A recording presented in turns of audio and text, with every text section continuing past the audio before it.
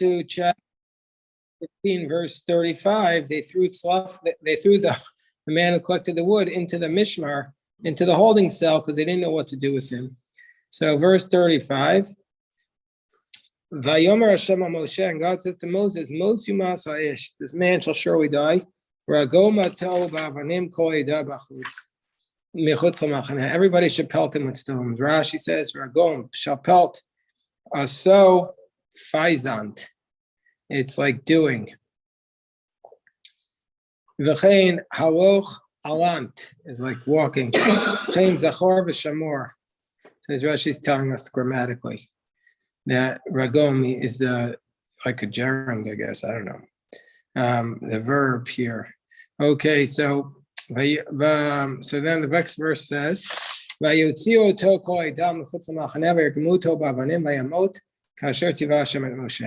and so then everybody led him outside the camp. Rashi says, from here we see that the place of stoning has to be outside of the camp and far away from the court. Okay, now we come up to the passage that we're supposed to say at least twice every day. God says to Moshe, saying, or at least 3 times every day, God says to Moshe, saying, Daber b'nei Israel, speak to the children of Israel. You shall say to them, Vasu ahem tzitzit, on Kamfei V'gdeihem. You shall make for yourselves tzitzit on the corners of the garments, l'dorotam.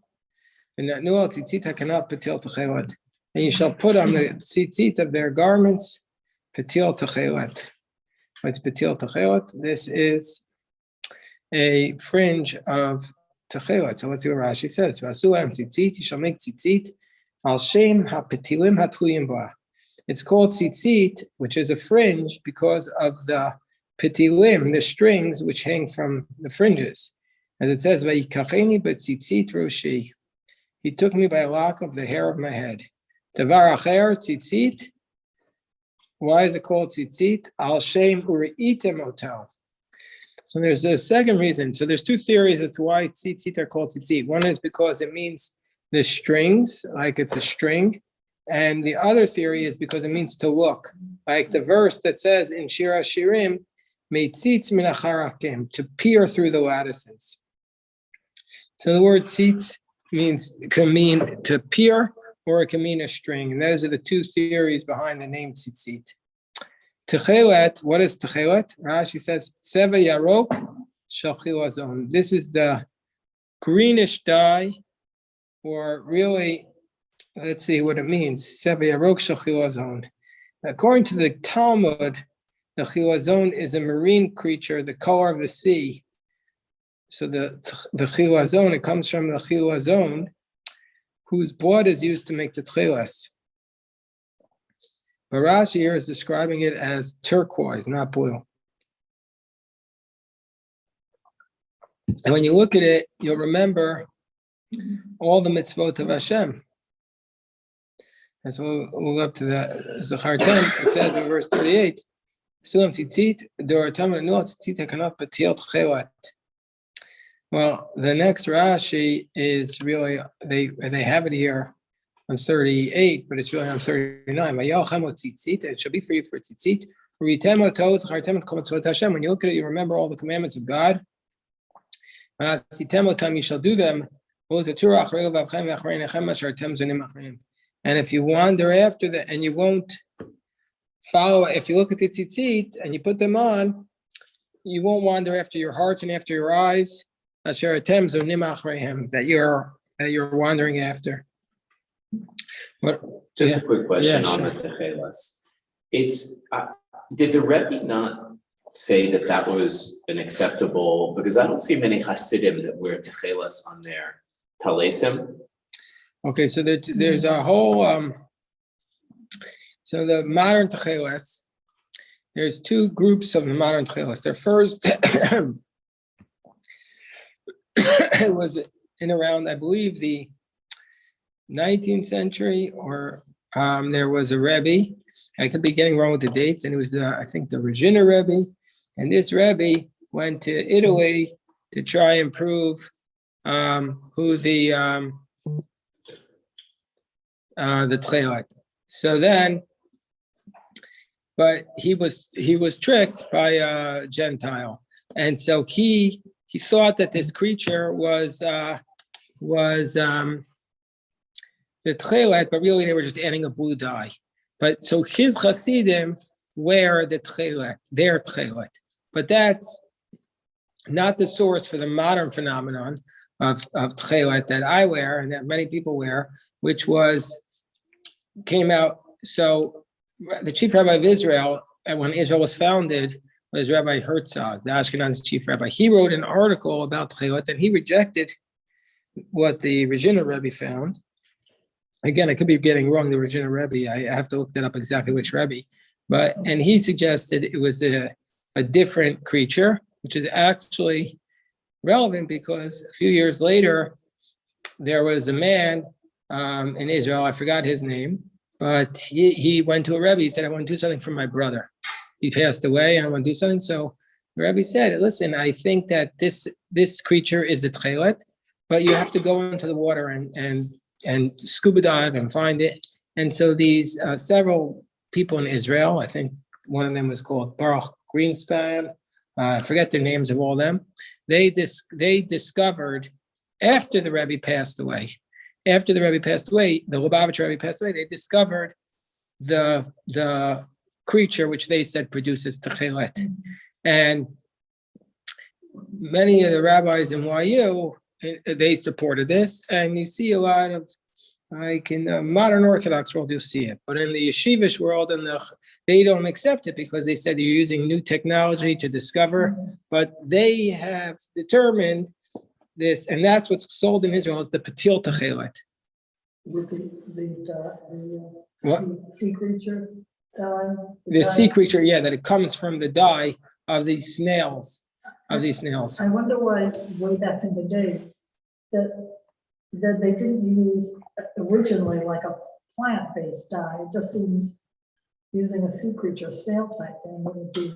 Well, they used that for also don't you remember there was that animal that was like the unicorn, the narwhal that they used for the covering of the Mishkan. So they used fish and other animals. Yeah. This was a special color which was associated with royalty. It was very, very hard to get, and it was very expensive. So that's why it was associated with the Kohanim. I guess I asked the question is, with all that time that's passed, why are we with such certainty sure that it came from this creature? What was the science, or what was that led the big change? Because this is a very, I know you're very confident about that they have it accurate, and I have used tchelet on my talis as well. Yeah. I just don't know what the.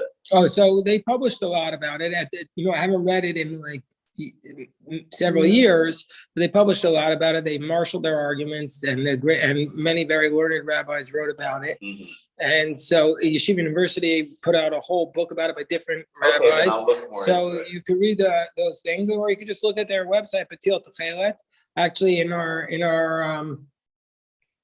Naomi Brodsky one year gave a lecture on it. And by the way, are people here hot? I could turn on the air conditioning if you're hot. Okay, fine. So there was a lot of serious scholarship on it, and so just like anything, like with Judaism, like things that people say they're these special fertility plants, and then you have all these people coming out and saying, "I have them." I just am wondering if this is a lot more the same thing. No, this is. No, because this is substantial, and this is a mitzvah, unlike those other things which we can't identify. Very powerful in the Torah, the Judaism sound but it wasn't a mitzvah. It's not a mitzvah to you. Peru. Oh, as it doesn't say. It was a fertility thing. It doesn't say that explicitly in the Torah. It says she came home with dudaim, and so she says, "I'll give me those dudaim, and you could have my husband." She never says that this is a fertility. No, I thought there was this part that said that. And also the Chazal. I mean, some commentaries say it was because of that, but it could have just been she went to flowers. And Chazal, and it wasn't a mitzvah specifically to use that. And also Chazal didn't discuss it. This they discussed in great length as to what are the tchelet. And so you fulfill a mitzvah every time you wear the tchelet on your tzitzis. Okay. There was a plant that chemically that they identified as the exact same The Talmud calls a plant, the Talmud knows of plants that produce, the Talmud knows of plants that are the same, produce the same color as a tchelet. It calls it kala ilan, which the Talmud is associating, like Talmud of Menachos associates a plant that can produce the same color, but the Talmud has ways of testing it to determine if it's really the real tchelet or if it's just from a plant. Like, for example, you have to soak it in urine, like there's some acidic thing to determine it. So the Talmud says that from a plant, it's not acceptable. It has to be specifically from this sea creature.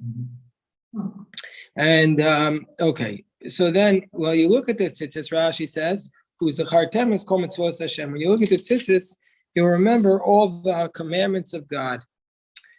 Rashi says, Sheminyan gematria shel tzitzis, because the numerical value of tzitzis is sheish meos shmona chutin chamisha ksharim harei taryag.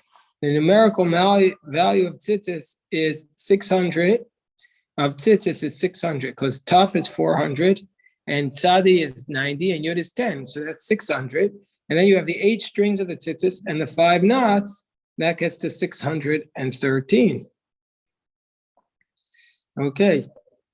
So we know that the Gemara in Makos tells us, second to last page of Makos, it tells us that there are 613 commandments. I think that was a tribute to maybe Rebbe Simwai. He says that there are 613 commandments. So, okay. Is it an extra mitzvah to do your own knots? Like, or is it just hit or mitzvah? Does it not matter? Is it just wearing them that matters? So it's not a mitzvah. It's what's called, I don't believe it's an actual mitzvah to make the tzitzis, but the tzitzis need to be made with intent. You can't send the tzitzis off to China and just have somebody who's Chinese and not Jewish make the tzitzis. I see. But the tzitzis, there's even a question whether they can be made by a machine. Like, if there's anything that requires intent, it's a question whether it can be made by a machine. I can almost guarantee you that everybody who walks in tonight to daven who's wearing tzitzis, that it was machine made. But the people who are especially careful about this, just like there are people who only eat shmur matzah, they'll only eat tzitzis that was made by the hand. That's what's called avodas yad, because that's the real way you can have intent. And that means you spin.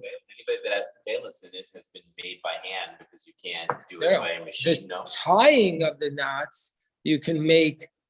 The tying of the knots are certainly done by hand, right. But I'm talking the making of the strings, the spinning of the yarn. So while somebody's spinning it, they have intent of like mitzvahs, of tzitzis. That's something. Yeah. So probably like, I'm sure if you speak to like some Chabad folk that they actually make it tzitzis by hand, because it's a much bigger. Most stores just sell machine. Because can you imagine? We're talking about spinning the strings. No, I know, it's amazing. It's like the highest level of shmur. It's probably very expensive. Well, it take a long time to do the whole process. It's like you need somebody that's capable of that. But maybe those Chabad villages have. I once tried to spin it to make it, but it was way too hard for me because I wasn't good at it. The learning curve was too high. So it says, and so these tzitzis shall be for you, so you shall look at them. Remember all the commandments of God, and you shall do them. Which is, by the way, the same word. Rashi is going to say it was the same word as the meraglim at the beginning of the portion. Do not wander after your hearts and after your eyes. What does losasura mean? Rashi says, "Kamo mitur haaretz," like we just had at the beginning of Bamidbar, to scout out the land. If you look at in chapter 3, verse 25, there Rashi tells us,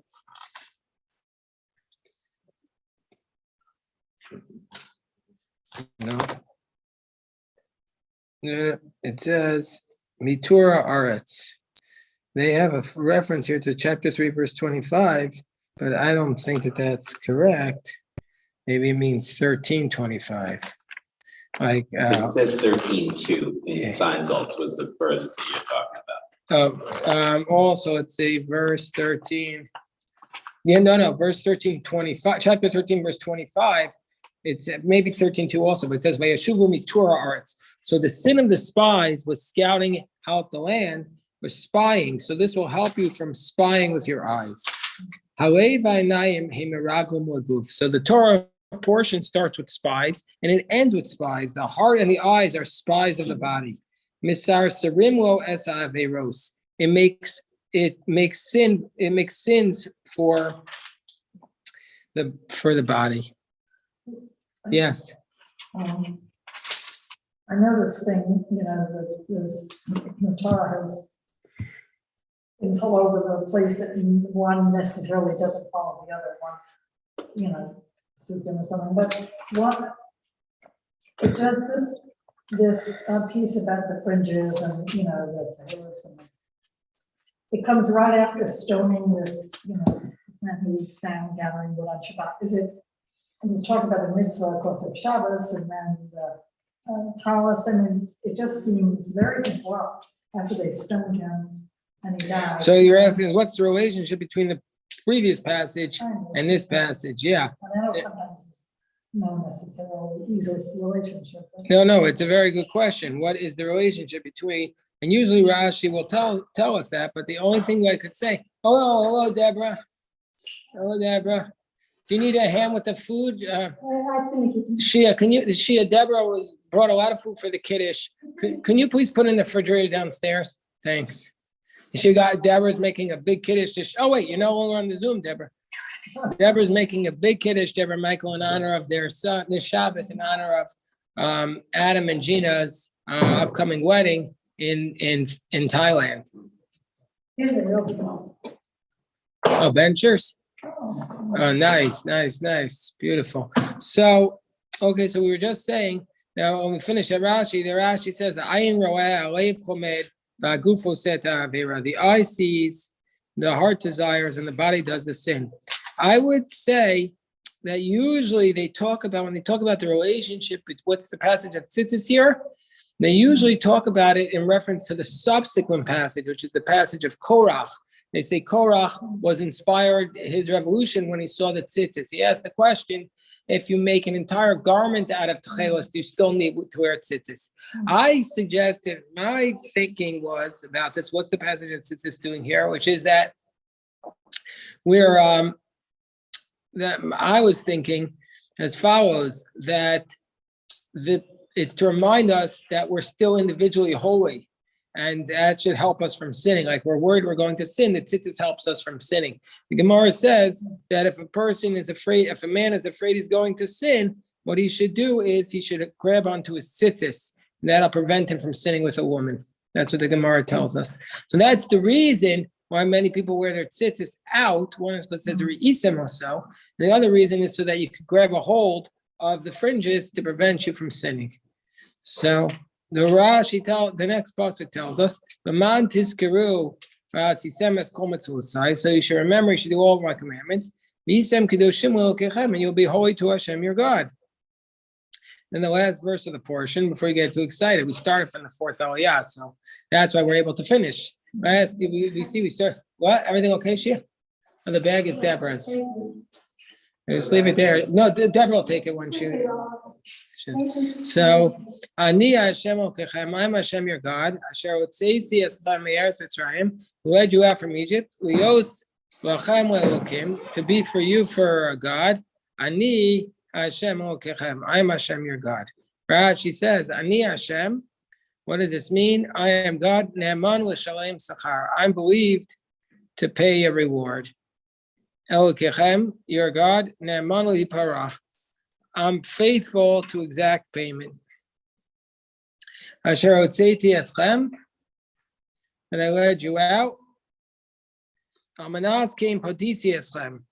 On this condition that I redeem you, shetikablu alechem gzerotai, that you should accept upon yourselves my decrees. Ani Hashem Elokechem, I'm Hashem your God. Od lamanemar. Why is this stated again? Shelo yomu Yisrael, so that the Jewish people do not say, why did Hashem tell us to perform these commandments? The purpose of performing these commandments is not so that we should be able to receive a reward. Anu lo asim v'lo notlim schar. So if you say we won't do them and we won't get a reward, so Hashem says you don't have a choice. You can't say, well, the whole purpose of the mitzvah is to do a reward. So guess what? I don't need the reward. I won't do the mitzvahs. Sorry, it doesn't work like that. It's not like going to work one day and say, listen, I don't want to work. I won't make my commission. No. It's not what it means. What it means is as follows. Hashem Yisparach says, Al korchachem ani malkachem. I'm your king, irrespective of your choice. V'cheinu omer. Judaism is not a choice. We don't have the ability to. I think that's Eli out there. Is that Eli in the back? Yeah. He probably might need help. Open the kitchen for him, please. So he says, Al korchachem. Yeah, he brought pizza for our mishmar. Yeah, and not only that, we did another thing. One of the boys had his wisdom teeth pulled out. He still wants to come. He says he can't eat pizza. So you know what we ordered?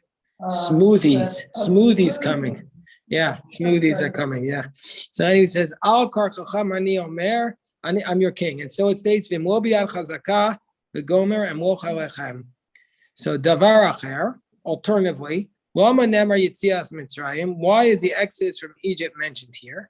That's the question. I'm God who led you out from Egypt, and you have no choice. You have to serve me. But an alternative is to say, I'm the one who discerned in Egypt. I'm the one who discerned in Egypt between the drop which caused the firstborn, the drop which caused the firstborn to be born, the one who's not a firstborn. This is what you said, Mordechai. I'm the one who's going to be able to distinguish. So Rashi says, all this is coming up. We're going to answer all your questions here now, Aviva. And that's why we have to review the Rashi every year. Even though I did this Rashi last year, I forgot it. But anyway, Hashem says, I can distinguish between a person who makes the tchelos out of a plant and out of an animal. Out of the plant, it's not kosher, but from the animal, it's kosher. So you might think you can't tell. God says, I can tell. And now Rashi quotes the Midrash of Rabbi Moshe Darshan, the Yesodish of Moshe Darshan. Why is the passage about the gathering of wood next to the previous passage, which is somebody who sins accidentally with idolatry? To tell you, the one who desecrates Shabbos is like one who worships idolatry. And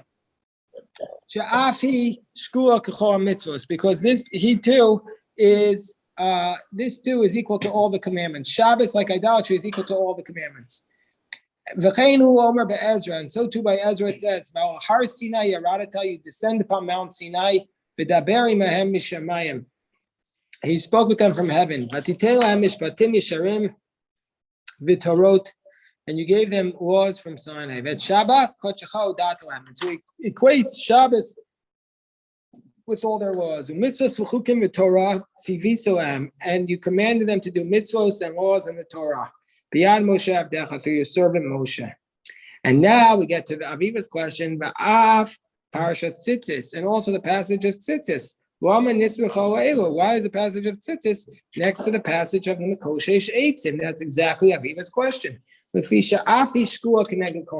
it's telling us Shabbos is equal to all the commandments, idolatry is equal to all the commandments, and tzitzis. So these are the three in a row that are equal to all the commandments. How do we know tzitzis is equal to all? Because it says vasisam as kol mitzvosai. When you do the tzitzis, you wear all my commandments. So when you wear the tzitzis, you're fulfilling all the commandments.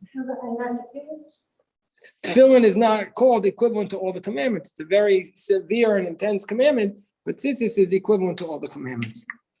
And then it says, Al kamfevig dehem, you shall put the tzitzis on the corners of your garments. Just like I carried you on the wings of eagle, for this reason you put a mitzvah on your corners. Al arba kanafos. The Torah says it has to be on a garment with four corners. V'lo ba'alos shalosh. Not one which has three corners. V'lo ba'alos chamesh. Not five. Keneged arba l'shonos shavua, corresponding to the four expressions of redemption, as it says in Egypt, v'otzeisi v'itzalti v'ga'alti v'lakachti. And it says, shall take out, I shall rescue, I shall redeem, and I shall take. And then psil techeles, al shem shikul bechoros. Why do you have to wear the psil techeles? Because of the death of the firstborn. Targum shel shikul. How do we translate this? Is a little sobering. What's the translation of shikul? Tichla, which is bereavement. Umakata ita balayla. It's the plague of the firstborn took place at night. The color of the tchelos resembles the sky which became dark late Arab in the evening. Ushmona chutin shaba, and the 8 strings in tchelos connected shmona yamim shashal yisrael mishayatzum mitzrayim ha'amru shira. Corresponds to the 8 days from when they left Egypt until they sang Shira, they sang the song at the sea. But we know that they sang it on the 7th day of Egypt. So why does Rashi here say that they sang it on the 8th day? It means 8 days from when they were given permission to leave Egypt, which is on the 14th of Nisan, 1 day before the actual Exodus. Okay, so this is the recording. Jerry, did you have a question? No.